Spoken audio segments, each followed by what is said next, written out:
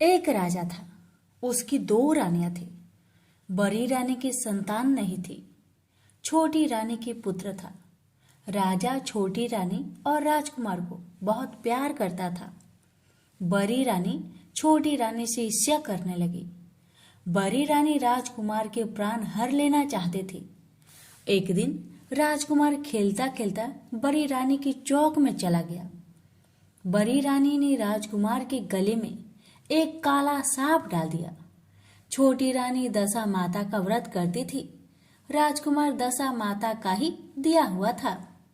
दशा माता की कृपा से राजकुमार के गले में सांप बिना नुकसान पहुंचाए चला गया।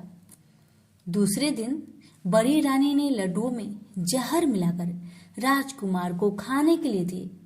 राजकुमार जैसे ही लड्डू खाने लगा तो दशा माता एक दासी का रूप धारण कर आई और राजकुमार के हाथ से लड्डू छीन ले गई। बड़ी रानी का यह बार भी खा ले गया। रानी को बड़ी चिंता हुई कि किसी भी तरह से राजकुमार को मारना है। तीसरे दिन जब राजकुमार फिर बड़ी रानी के आंगन में खेलने गया तो रानी ने उसे पकड़कर गहरे कुएं में ढकेल दिया। चूंकि कुआं बड़ी रानी के आंगन में बना था, इसलिए किसी को भी पता नहीं चला कि राजकुमार कहाँ गया। लेकिन जैसे ही बड़ी रानी ने राजकुमार को कुएं में ढकेला तो दशा माता ने उसे बीच में ही रोक लिया। घर दोपहर हो जाने पर राजकुमार के न लौटने पर राजा व छोटी रानी को चिंता सताने लगी। दशा माता को भी इस बात की चिंता हुई राजकुमार को उसके माता पिता के पास किस प्रकार पहुंचाया जाए। राजकुमार को तलाश करने वाले कर्मचारी निराश होकर बैठ गए। राजा व छोटी रानी पुत्र शोक में रोने लगे। तब दशा माता ने भिखारी का रूप धारण किया और राजकुमार को गले से लगाया राजद्वार पर पहुंची। वह राजकुमार को एक वस्त्र में छिपाए हुए भिक्षा मांगने लगी। सिपाहियों ने उसे धुतकार कर कहा, तुझे भिक्षा के पड़ी है और यह राजकुमार खो गया है। सारे लोग दुख और चिंता से व्याकुल हो रहे हैं। इस पर दशा माता बोली, भाइयों, पुण्य का प्रभाव बड़ा ही विचित्र होता है।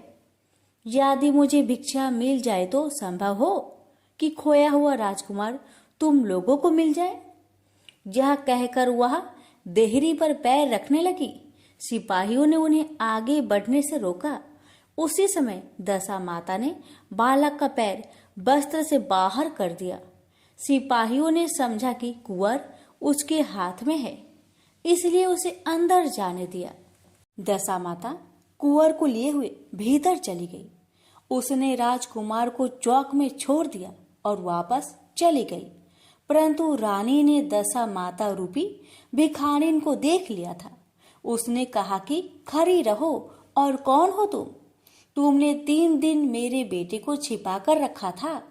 तुमने ऐसा क्यों किया? तुम्हें मेरे प्रश्नों का उत्तर देना होगा। दशा माता उसी समय ठहर गई। उन्होंने बताया कि मैं तुम्हारे पुत्र की चोरी करने वाली नहीं हूँ। मैं तो तुम्हारी आराध्य देवी दशा माता हूँ। मैं तुम्हें सचेत करने आई हूँ कि बड़ी रानी तुमसे ईर्ष्या रखती है। वह तुम्हारे पुत्र के प्राण हर लेना चाहती है। एक बार उसने तुम्हारे पुत्र के गले में काला सांप डाला था, जिसे मैंने भगाया। दूसरी बार उसने इसे 20 के लड्डू खाने को दिए थे, जिन्हें मैंने उसके हाथों से छीन लिए थे। इस बार उसने तुम्हारे राजकुमार को अपने आंगन के कुएं में ढकेल दिया था और मैंने इसे बीच में ही रोककर रक्षा की। इस समय मैं भिखारिन के भेष में तुम्हें सचेत करने आई हूँ। यह सुनकर छोटी रानी दशा माता के पैरों में गिरकर क्षमा मांगने लगी। छोटी रानी विनती भाव से बोली, जैसी कृपा आपने मुझ पर दर्शन देकर की है, मैं चाहती हूँ कि आप सदैव इस महल में निवास करें। मुझसे जो सेवा पूजा होगी मैं करूँगी। इस पर दशा माता बोली कि मैं किसी के घर में नहीं रहती। जो श्रद्धा पूर्वक मेरा ध्यान स्मरण करता है, मैं उसी के हृदय में निवास करती हूँ। मैंने तुम्हें साक्षात दर्शन दिए हैं, इसलिए तुम सुहागिनों को बुलाकर उन्हें यथाविधि आदर सत्कार के साथ भोजन कराओ और नगर में ढिंढोरा पिटवा दो। कि सभी लोग मेरा डोरा ले और व्रत करे। इतना कहकर दशा माता अंतर्ध्यान हो गई। रानी ने अपने राज्य की सौभाग्यवती स्त्रियों को निमंत्रण देकर बुलवाया और उपटन से लेकर शिरोभूषण श्रृंगार कर उनकी यथा विधि सेवा कर भोजन करवाया और दक्षिणा में गहने आदि देकर विदा किया।